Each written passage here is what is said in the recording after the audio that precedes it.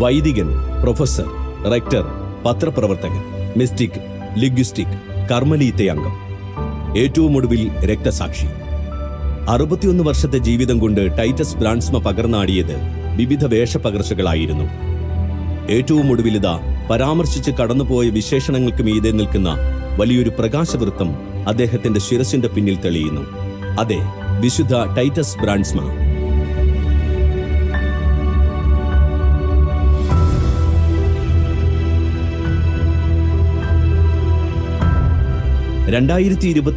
May 15 saint Peter's ബസിലിക്കയിൽ നടക്കുന്ന 10 വിശുദ്ധ പദപ്രഖ്യാപനങ്ങളിലൊന്ന് വാഴ്ത്തപ്പെട്ട ടൈറ്റസ് ബ്രാൻസ്മയുടേതാണ്.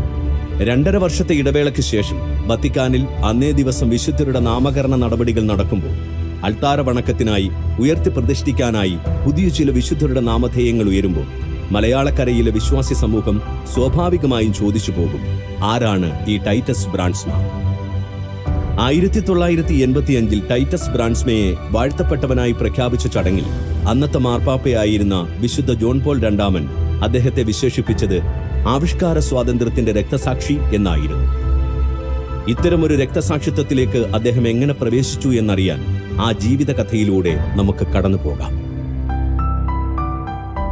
നെതർലൻഡ്സിലെ ഫ്രൈസ്ലാൻഡ് പ്രവിശ്യയിലെ ഓഗെ ക്ലോസ്റ്റിൽ നിന്നാണ് ബ്രാൻസ്മയുടെ ജീവിതം തുടങ്ങുന്നത്. കന്നുകാലി വളർത്തൽ ഉപജീവനമാർഗമായി സ്വീകരിച്ചിരുന്ന ടൈറ്റസ് ബ്രാൻസ്മയുടെയും ടിജിറ്റസ് ജപോസ്മയുടെയും മകനായി 1881 ഫെബ്രുവരി 23 ജനിച്ചത്. ആനോസ് ജോർജ് ബ്രാൻസ്മ എന്നായിരുന്നു മാതാപിതാക്കൾ നൽകിയ പേര്. ചെറുപ്രായം മുതൽ തന്നെ ദൈവിക കാര്യങ്ങളോടായിരുന്നു അവന് താൽപര്യം. ലോകത്തിന്റെ വഴിയെ സഞ്ചരിച്ച് കേവലം നേട്ടങ്ങൾ വരിച്ച് ഇവിടെ തന്നെ അവസാനിക്കാനായിരുന്നില്ല അവൻ ആഗ്രഹിച്ചതും. കുഞ്ഞു പ്രായം മുതൽ ആരംഭിച്ച ദൈവിക അന്വേഷണം അവനെ കൊണ്ടുചെന്നെത്തിച്ചത് കാർമൽ സെമിനാരിയിലായിരുന്നു. പിതാവിനോടുള്ള ബഹുമാനാർത്ഥം അദ്ദേഹത്തിന്റെ പേരാണ് സന്യാസനാമധേയമായി സ്വീകരിച്ചത്. അങ്ങനെയാണ് അന്നോസ് ജോർജ് ടൈറ്റസ് ബ്രാൻസ്മയായി അറിയപ്പെട്ടത്. 1905 ജൂലൈ 17 വൈദിക പട്ടം. കർമ്മലീത്ത ആത്മീയതയായിരുന്നു ടൈറ്റസിന്റെ ആത്മീയ അന്തർധാര. കാർമലിന്റെ പ്രവാചകനായ ഏലിയായോടും ആവിലായിലെ വിശുദ്ധ തെരേസ, മേരി മഗ്ദലിൻ ദ പാസി എന്നിവരോടും ബ്രാഡ്മയ്ക്ക് പ്രത്യേക ആദരവും സ്നേഹവും ഉണ്ടായിരുന്നു. ആവിലായിലെ തെരേസയുടെ കൃതികൾ ഡച്ച് ഭാഷയിലേക്ക് വിവർത്തനം ചെയ്യുന്നതിന് നേതൃത്വം നൽകിയതും ഫാദർ ടൈറ്റസ് ആയിരുന്നു. മിസ്റ്റിസമായിരുന്നു ആ ജീവിതത്തിന്റെ മറ്റൊരു മുഖം. കർമ്മലീത്ത മിസ്റ്റിസത്തെക്കുറിച്ച് അദ്ദേഹം നടത്തിയ പ്രഭാഷണങ്ങൾ 20-ാം നൂറ്റാണ്ടിലെ ക്ലാസിക്കൽ സ്പിരിച്വാലിറ്റിയുടെ ഭാഗമായിട്ടാണ് വാഴ്ത്തപ്പെടുന്നത്. ദൈവിക സാന്നിധ്യം പ്രകൃതിയുടെ ഓരോ തുടുപ്പിലും കണ്ടെത്തുവാൻ അദ്ദേഹത്തിന് കഴിഞ്ഞിരുന്നു. കാർമലൈറ്റ് സെമിനാരി സന്ദർശന വേളയുടെ ഭാഗമായി ഒൻഡോറിയോയിലെ പ്രശസ്തമായ നയാഗ്ര വെള്ളച്ചാട്ടം കണ്ടതിനെക്കുറിച്ച് പിന്നീട് അദ്ദേഹം എഴുതിയ വരികൾ ഇതിനടിവരയിടുന്നു. പ്രകൃതിയുടെ സമൃദ്ധമായ ജലധാര മാത്രമല്ല ഞാൻ അവിടെ കണ്ടത്, ദൈവത്തിന്റെ കരവും അവിടുത്തെ സ്നേഹവും അവിടെ പ്രവർത്തിക്കുന്നത് കൂടിയാണ്. എവിടെയായിരുന്നാലും ദൈവ അവബോധത്തിൽ ജീവിക്കുക, ദൈവത്തിൽ ഒന്നായിത്തീരുക. മിസ്റ്റിസത്തെ അദ്ദേഹം നിർവചിച്ചത് ഇങ്ങനെയായിരുന്നു. ഈ നിർവചനം വിശുദ്ധന്റെ പിൽക്കാല ജീവിതത്തിലെ സന്നിഗ്ധ ഘട്ടങ്ങളിൽ ഫലമണിയുന്നതായി നാം കാണുന്നുമുണ്ട്. അനുകൂല സാഹചര്യങ്ങളിൽ മാത്രമല്ല, പ്രതികൂല സാഹചര്യങ്ങളിലും ദൈവസാന്നിധ്യം തിരിച്ചറിയുക വിശുദ്ധൻ നമ്മോട് ആവശ്യപ്പെടുന്നത് അതാണ്. വിദ്യാർത്ഥിയായിരിക്കുന്ന കാലം മുതൽ വായനയും എഴുത്തും ടൈറ്റസിന്റെ ജീവിതത്തിന്റെ ഭാഗമായിരുന്നു. കാർമൽ സെമിനാരി അദ്ദേഹത്തിന്റെ ഈ വാസനകൾക്ക് വെളിച്ചവും വെള്ളവും ഏറെ നൽകുകയും ചെയ്തു. സാഹിത്യവും ചരിത്രവുമായിരുന്നു ഇഷ്ടവിഷയങ്ങൾ. സെമിനാരി കാലത്താണ് ലേഖനങ്ങൾ പ്രസിദ്ധീകരിച്ചു തുടങ്ങിയത്. റോമിലെ ഗ്രിഗോറിയൻ യൂണിവേഴ്സിറ്റിയിൽ നിന്നായിരുന്നു ഫിലോസഫിയിൽ ഡോക്ടറേറ്റ് നേടിയത്. നിജിമെഗ്നന്റിൽ കത്തോലിക്ക യൂണിവേഴ്സിറ്റി സ്ഥാപിതമായപ്പോൾ ഫിലോസഫിയുടെയും ഹിസ്റ്ററിയുടെയും പ്രൊഫസറായി നിയമിതനായത് ഫാദർ ടൈറ്റസ് ആയിരുന്നു. അൽമായരുടെ വിദ്യാഭ്യാസത്തിന് പ്രത്യേക മുൻഗണന അദ്ദേഹം നൽകിയിരുന്നു. വിദ്യാഭ്യാസത്തിന്റെ യഥാർത്ഥ വില തിരിച്ചറിഞ്ഞ അദ്ദേഹം അധ്യാപകർക്ക് തുടർച്ചയായ പ്രൊഫഷണൽ ഡെവലപ്മെന്റ് നൽകണമെന്ന കാര്യത്തിലും നിഷ്കർഷ പുലർത്തിയിരുന്നു.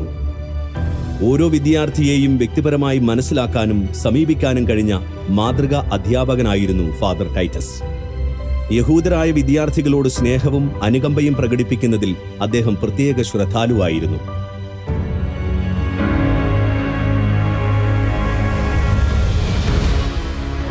ഹിറ്റ്ലർ കെട്ടടിച്ചുവിട്ട ജൂതവിരോധത്തിന്റെ കാറ്റ് യൂറോപ്പിനെ ആകമാനം പിടിച്ചു കുലുക്കിക്കൊണ്ടിരുന്ന അവസരമായിരുന്നു അത്. തൽഫലമായി യഹൂദ വിദ്യാർത്ഥികളെ കത്തോലിക്ക സ്കൂളുകളിൽ നിന്നും പുറത്താക്കണമെന്ന് അധികാരികളുടെ ഭാഗത്തുനിന്ന് വിദ്യാഭ്യാസ കേന്ദ്രങ്ങൾക്ക് നിർദ്ദേശം ലഭിച്ചിട്ടുമുണ്ടായിരുന്നു. സഭയ്ക്ക് സഭയുടേതായ ദൗത്യമുണ്ട്. ലിംഗവർഗവർണ്ണ വിവേചനങ്ങൾ സഭയുടെ ശൈലിയല്ല എന്നായിരുന്നു ബ്രാഡ്മ തന്റെ ലേഖനത്തിലൂടെ ഇതിനെക്കുറിച്ച് പ്രതികരണം അറിയിച്ചത്. യഹൂദ വിദ്യാർത്ഥികളുടെ ജീവൻ അപകടത്തിലാകുമോ എന്ന് ഭയപ്പെട്ട് അവരെ ബ്രസീലിലെ കർമ്മലീത്ത ഭവനത്തിലേക്ക് മാറ്റാനും ബ്രാഡ്സ്മ ശ്രമിച്ചിരുന്നു. ഇതെല്ലാം അധികാരികളുടെ നോട്ടപ്പുള്ളിയാകാൻ ഇടയാക്കിയ സാഹചര്യങ്ങളായിരുന്നു. 1909 റോസസ് ഓഫ് കാർമൽ എന്ന ദിനപത്രം ഫാദർ ടൈറ്റസ് ആരംഭിച്ചത്. 13,000 കോപ്പികൾ ദിനം പ്രതി വിറ്റഴിക്കപ്പെട്ടിരുന്ന പത്രമായിരുന്നു അത്. 1935 അദ്ദേഹം കത്തോലിക്ക പത്രപ്രവർത്തകരുടെ നാഷണൽ സ്പിരിച്വൽ അഡ്വൈസറായി തെരഞ്ഞെടുക്കപ്പെട്ടു.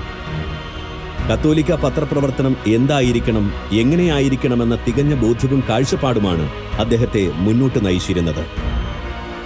സമൂഹത്തിലെ തിന്മകൾക്കെതിരെയുള്ള നിലയ്ക്കാത്ത ശബ്ദമായിരുന്നു പത്രപ്രവർത്തനത്തിലൂടെ അദ്ദേഹം മുഴക്കിയത്. നാസികൾ ലോകത്തിന് തന്നെ ഭീഷണിയായി വളർന്നുകൊണ്ടിരിക്കുന്ന അന്തരീക്ഷമായിരുന്നു. തന്റെ തൂലികയിലൂടെ നാസികൾക്കെതിരെ ഫാദർ ടൈറ്റസ് ശക്തമായി പൊരുതിക്കൊണ്ടിരുന്നു. നാസികളുടെ പ്രചരണ തന്ത്രങ്ങളുടെ ഭാഗമായി ഒരിക്കലും കത്തോലിക്ക പത്രപ്രവർത്തനം മാറരുതെന്ന് ടൈറ്റസിന് നിഷ്കർഷയുണ്ടായിരുന്നു. ആന്റിസെമിറ്റിസത്തിന്റെ നിശിത വിമർശകനുമായിരുന്നു അദ്ദേഹം. അപകടങ്ങൾക്കും ജീവനു നേരെയുള്ള ഭീഷണികളുടെ നടുവിലും നടുവളയാതിരിക്കാൻ ബ്രാഡ്സ്മയ്ക്ക് ധൈര്യം നൽകിയത് അദ്ദേഹത്തിന്റെ ക്രിസ്തുബോധം തന്നെയായിരുന്നു. ഏതവസ്ഥയിലും നസ്രായന്റെ വസ്ത്രാഞ്ചലം കാറ്റിലുലഞ്ഞ് തനിക്ക് മുന്നേ പോകുന്നത് കാണാൻ ക്രിസ്തു അദ്ദേഹത്തിന്റെ മിഴികളിൽ അഞ്ജനമെഴുതിയിട്ടുണ്ടായിരുന്നു. 1940-കളിലായിരുന്നു നാസികളുടെ ഹോളണ്ട് അധിനിവേശം. ഈ സമയം യുട്രച്റ്റ് ആർച്ച് ബിഷപ്പിന്റെ ഉപദേശകനായി സേവനം ചെയ്യുകയായിരുന്നു ഫാദർ ടൈറ്റസ്. നാസികൾ നടത്തുന്ന കൊടും ക്രൂരതകൾക്കെതിരെ ശബ്ദിക്കാൻ ആർച്ച് ബിഷപ്പിന് പ്രചോദനം നൽകിയത് ഈ ഉപദേശകനായിരുന്നു. നാസികളുടെ പരസ്യം കത്തോലിക്ക പത്രങ്ങൾ സ്വീകരിക്കരുതെന്നും നാസികളുടെ ആശയം ഏതെങ്കിലും തരത്തിൽ പത്രങ്ങളിൽ പ്രതിഫലിക്കരുതെന്നും ഫാദർ ടൈറ്റസിന് നിർബന്ധമുണ്ടായിരുന്നു. ഇദ്ദേഹത്തിന്റെ നിർദ്ദേശം സ്വീകരിച്ച് നാസി പ്രചാരണാശയങ്ങളുമായി യാതൊരു തരത്തിലും സഹകരിക്കരുതെന്ന് ആർച്ച് ബിഷപ്പ് കത്തോലിക്ക എഡിറ്റർമാർക്ക് കത്തെഴുതി. ഇപ്രകാരം ആർച്ച് ബിഷപ്പിന്റെ കത്തുമായി പോകുന്നതിനിടയിലായിരുന്നു 1942 ജനുവരി 19 ഹിറ്റ്ലറുടെ രഹസ്യ പോലീസ് ഗെസ്റ്റപ്പോ ഫാദർ ടൈറ്റസിനെ അറസ്റ്റ് ചെയ്തത്. പക്ഷേ ഇതിനകം 14 എഡിറ്റർമാർക്ക് കത്ത് കൈമാറാൻ അദ്ദേഹത്തിന് സാധിച്ചിരുന്നു.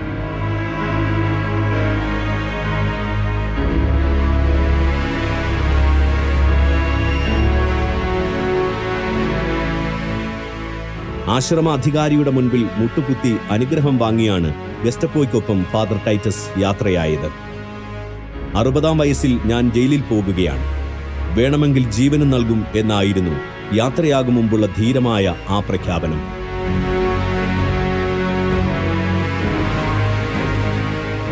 ആ പ്രഖ്യാപനം വെറുതെ ആയില്ലെന്നാണ് ചരിത്രം തെളിയിച്ചത്. തുടക്കത്തിൽ മറ്റു പല സ്ഥലങ്ങളിലും തടങ്കലിൽ പാർപ്പിച്ചതിനു ശേഷം കുപ്രസിദ്ധമായ ഡാച്ചു കോൺസെൻട്രേഷൻ ക്യാമ്പിലേക്ക് അദ്ദേഹത്തെ കൊണ്ടുവന്നത് ജൂണിലായിരുന്നു.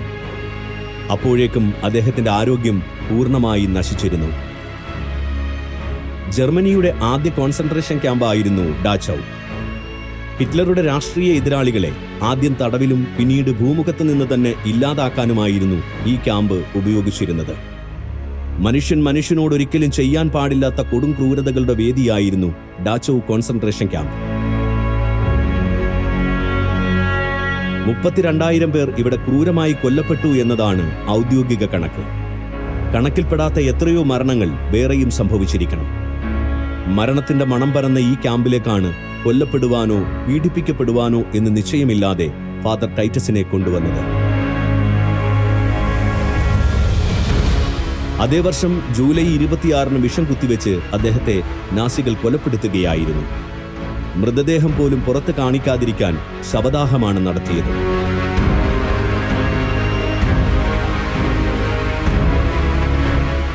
ഫാദർ ടൈറ്റസ് ബ്രാൻസ്മയുടെ ജീവിതശുദ്ധിയും പുണ്യപ്രവൃത്തികളും ആദ്യം മനസ്സിലാക്കിയത് ഒരുപക്ഷെ വിവിധ സ്ഥലങ്ങളിൽ അദ്ദേഹത്തോടൊപ്പം തടങ്കലിൽ കഴിഞ്ഞവരായിരുന്നു. മരണം മാത്രം മുന്നിൽ കണ്ടുകഴിഞ്ഞ ആ ജീവിതങ്ങൾക്ക് ടൈറ്റസ് അച്ചൻ നൽകിയത് പ്രത്യാശയുടെ സന്ദേശമായിരുന്നു.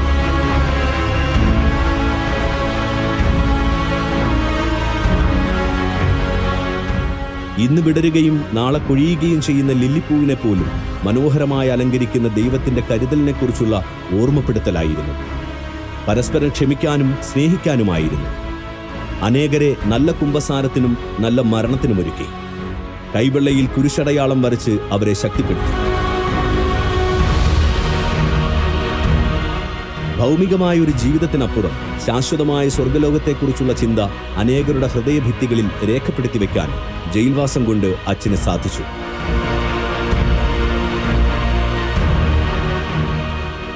ജയിലിൽ നേരിടേണ്ടി വന്ന കൊടും പീഡനങ്ങളുടെ ദിവസങ്ങളിലും അധികാരികളെ ധിക്കരിച്ച് വിശുദ്ധ കുർബാന അർപ്പിച്ചു.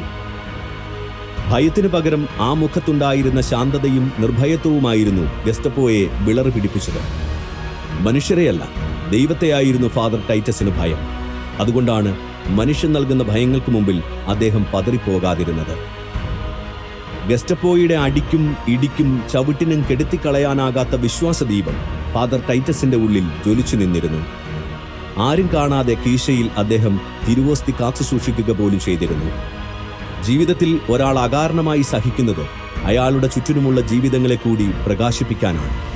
ഫാദർ ടൈറ്റസ് ബ്രാൻസ്മയെ ഗെസ്റ്റപ്പോ പിടികൂടുകയും ജയിലിൽ അടയ്ക്കുകയും ചെയ്തില്ലായിരുന്നുവെങ്കിൽ എത്രയോ തടവുകാർ ദൈവനിഷേധകരായും നിരാശരായും ജീവിതത്തെയും മനുഷ്യരെയും ശപിച്ച് ഈ ഭൂമി വിട്ടുപോകുമായിരുന്നു.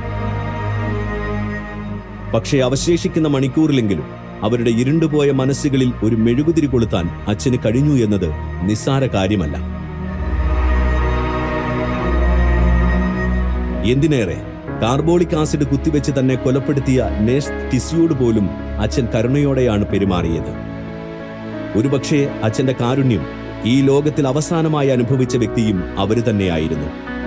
ദ കറേജ് ഓഫ് ട്രൂത്ത് എന്ന ജീവചരിത്രത്തിൽ പറയുന്നത് ഓരോ ദിവസവും എന്നതുപോലെ ഓരോരുത്തരുടെ ജീവനെടുക്കാൻ നിയോഗിക്കപ്പെട്ട വ്യക്തിയായിരുന്നു ടിസി. എന്നാൽ ഫാദർ ടൈറ്റസിന്റെ സാന്നിധ്യത്തിൽ മറ്റുള്ളവരെ വിഷം കുത്തിവെച്ച് കൊലപ്പെടുത്തുമ്പോൾ അവർ വളരെയധികം നെർവസായി പോകുമായിരുന്നു. ഒരു കൊലപാതകി എന്ന മട്ടിൽ പക്ഷേ ഒരിക്കലും അച്ഛൻ അവരെ നോക്കിയിരുന്നുമില്ല.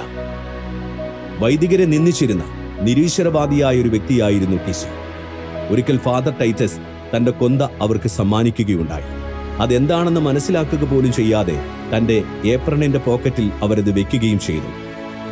ഫാദർ ടൈറ്റസിന്റെ സാന്നിധ്യം എന്നതുപോലെ അദ്ദേഹത്തെ വിഷം കുത്തിവെച്ച് കൊലപ്പെടുത്തിയപ്പോഴും അതുവരെയും ഉണ്ടാകാത്ത മനോഭാരം ടിസിയ അനുഭവിച്ചു.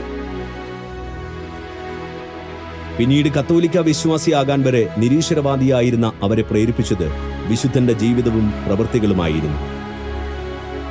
തന്നെ പീഡിപ്പിക്കുകയും ഒടുവിൽ വിഷം കുത്തിവെച്ച് കൊല്ലുകയും ചെയ്ത ഗെസ്റ്റപ്പോയോടോ ജർമ്മൻകാരോടോ ഹിറ്റ്ലറോട് പോലുമോ വെറുപ്പോ വിദ്വേഷമോ അദ്ദേഹത്തിനുണ്ടായിരുന്നില്ല. എന്തുകൊണ്ടാണ് ഡച്ച്, പ്രത്യേകിച്ച് കത്തോലിക്കർ, ദേശീയ സോഷ്യലിസത്തെ എതിർക്കുന്നുവെന്നതിന് തത്വചിന്താപരമായും മതപരമായും വിശദീകരണം നൽകിക്കൊണ്ടെഴുതിയ ലേഖനം അവസാനിപ്പിക്കുന്നത് ഇക്കാര്യം അടിവരയിടുന്നു. ദൈവം നെതർലൻഡിനെ അനുഗ്രഹിക്കട്ടെ. ദൈവം ജർമ്മനിയെ അനുഗ്രഹിക്കട്ടെ. ഈ രണ്ട് രാജ്യങ്ങളിലെയും ജനങ്ങൾ സമാധാനത്തിന്റെയും സ്വാതന്ത്ര്യത്തിന്റെയും വഴിയിലേക്ക് തിരികെ വരട്ടെ. അനുരഞ്ജനത്തിന്റെ അപ്പസ്തോലനായിരുന്നു ഫാദർ ടൈറ്റസ് ബ്രാൻസ്മ. ഈസ്റ്റേൺ സഭയോടും പ്രൊട്ടസ്റ്റുകാരോടും ആദരവോടുകൂടിയ സ്നേഹവും ബഹുമാനവുമാണ് അദ്ദേഹം പുലർത്തിയിരുന്നത്. ഇക്കൂട്ടരുമായി സാഹോദര്യപൂർവമായ സംവാദത്തിന് അദ്ദേഹം തയ്യാറായിരുന്നു. വിശുദ്ധ ടൈറ്റസിനൊപ്പം കോൺസെൻട്രേഷൻ ക്യാമ്പുകളിൽ ഉണ്ടായിരുന്ന പ്രൊട്ടസ്റ്റന്റ് വിശ്വാസികൾ അദ്ദേഹത്തിന്റെ അനുകമ്പയ്ക്കും ദൈവത്തിലുള്ള ശരണത്തിനും സാക്ഷികളായിരുന്നു. ഈ സാക്ഷ്യം അവർ പിന്നീട് ലോകത്തോട് പങ്കുവെക്കുകയും ചെയ്തിട്ടുണ്ട്.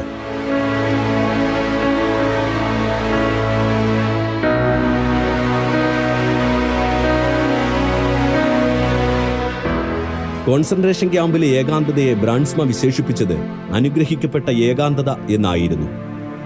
എന്റെ സ്വന്തം ഭവനം പോലെ തോന്നിക്കുന്ന ഒന്ന് എന്ന് ജയിലിനെ വിശേഷിപ്പിച്ച അദ്ദേഹം സ്വയം കണ്ടെത്താനും തിരിച്ചറിയാനുമായിട്ടുള്ള ധ്യാനത്തിന്റെ അവസരമായിട്ടാണ് ജയിൽ ദിനങ്ങളെ കണക്കാക്കിയിരുന്നത്. ജയിലിൽ ഡയറിയിൽ ടൈറ്റസ് കുറിച്ചത് ഇപ്രകാരമായിരുന്നു: എനിക്കിവിടെ മുഷിച്ചിൽ അനുഭവപ്പെടുന്നതേയില്ല. വൈരുദ്ധ്യം എന്താണെന്ന് വെച്ചാൽ ഞാനിവിടെ തനിച്ചാണ്. പക്ഷെ സത്യത്തിൽ ഞാൻ തനിച്ചല്ല. മുൻപ് എപ്പോഴത്തെയും കൂടുതലായി കർത്താവ് എനിക്ക് സമീപസ്ഥനാണ്. അവിടുന്നാണ് എൻ്റെ അഭയകേന്ദ്രം. ഞാൻ സന്തോഷം അനുഭവിക്കുന്നു. അവിടുന്ന് എന്നോട് കൽപ്പിക്കുന്നത് ജീവിതകാലം മുഴുവൻ ഇവിടെ തുടരാനാണെങ്കിൽ ഞാനത് ചെയ്തിരിക്കും.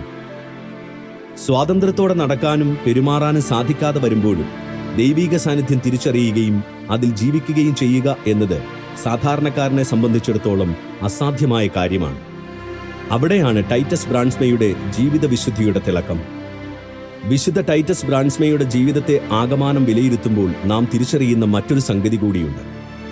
ദിവ്യകാരുണ്യ കേന്ദ്രീകൃതമായിരുന്നു ആ ജീവിതം. ശരീരത്തിന് ഭക്ഷണം എത്രത്തോളം ആവശ്യമാണോ അത്രത്തോളം ആത്മാവിനും ഭക്ഷണം ആവശ്യമുണ്ടെന്ന് അദ്ദേഹം വിശ്വസിച്ചു. ആത്മാവിന്റെ ഭക്ഷണമാണ് ദിവ്യകാരുണ്യം. കർമ്മലീത്ത ആത്മീയതയുടെ പിതാവായ ഏലിയ പ്രവാചകൻ ഹെറോബ് മരുഭൂമിയിലൂടെ യാത്ര ചെയ്തപ്പോൾ സ്വർഗത്തിൽ നിന്ന് അതിവിശിഷ്ടമായ ഭക്ഷണം സ്വീകരിച്ച് ശക്തിയാർജിച്ചതുപോലെ ഈ ലോക ജീവിതയാത്ര മുന്നോട്ടു പോകാൻ വേണ്ടതായ ശക്തി നൽകുന്നത് ദിവ്യകാരുണ്യമാണെന്നായിരുന്നു അദ്ദേഹം അഭിപ്രായപ്പെട്ടിരുന്നത്. തുടർച്ചയായി ദിവ്യകാരുണ്യം സ്വീകരിക്കാനും അതിന്റെ പ്രാധാന്യം തിരിച്ചറിയാനും വിശുദ്ധ ടൈറ്റസിനെ സഹായിച്ചത് കർമ്മലീത്ത വിശുദ്ധരെക്കുറിച്ചുള്ള വായനകളായിരുന്നു.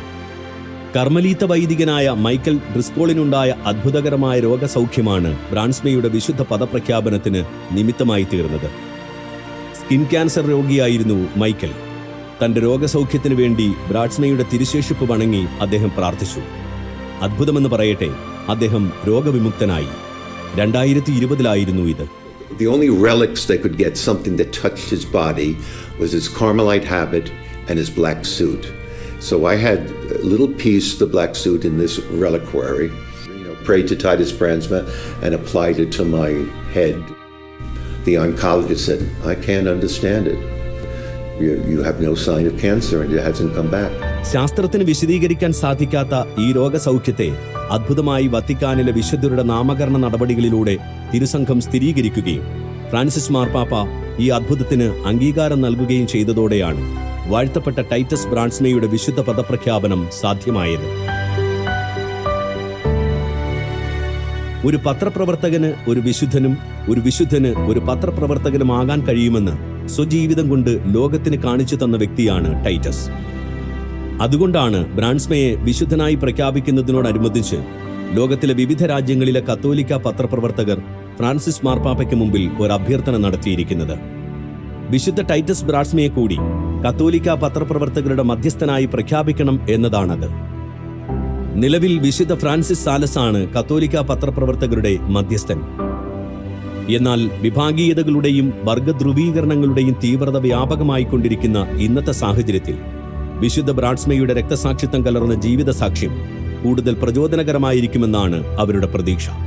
സത്യം പലപ്പോഴും തമസ്കരിക്കപ്പെടുകയും അധികാര പ്രീണനത്തിനും റേറ്റിംഗിനും വേണ്ടി ഏതറ്റം വരെ പോകാൻ തയ്യാറാകുകയും ചെയ്യുന്ന പുതിയ കാലത്തെ മാധ്യമ ചക്രവർത്തിമാർ വായിക്കുകയും പഠിക്കുകയും ചെയ്യേണ്ട ജീവചരിത്രം കൂടിയാണ് ടൈറ്റസിൻ്റേത്. സത്യത്തിനു വേണ്ടി സാക്ഷ്യം നിൽക്കാനും സത്യത്തോട് കൂട്ടുചേരാനുമുള്ള ക്രിസ്തീയമായ ഉത്തരവാദിത്വം ഓരോ മാധ്യമപ്രവർത്തകനുമുണ്ടെന്ന് ഈ വിശുദ്ധൻ നമ്മോട് പറയുന്നു. ലിഖിതമായാലും വാചികമായാലും വാക്കുകളുടെ വിശുദ്ധിയും സത്യവും വീണ്ടെടുക്കാനും നിലനിർത്താനും വിശുദ്ധ ടൈറ്റസ് ബ്രാൻസ്മയോട് നമുക്ക് പ്രാർത്ഥിക്കാം.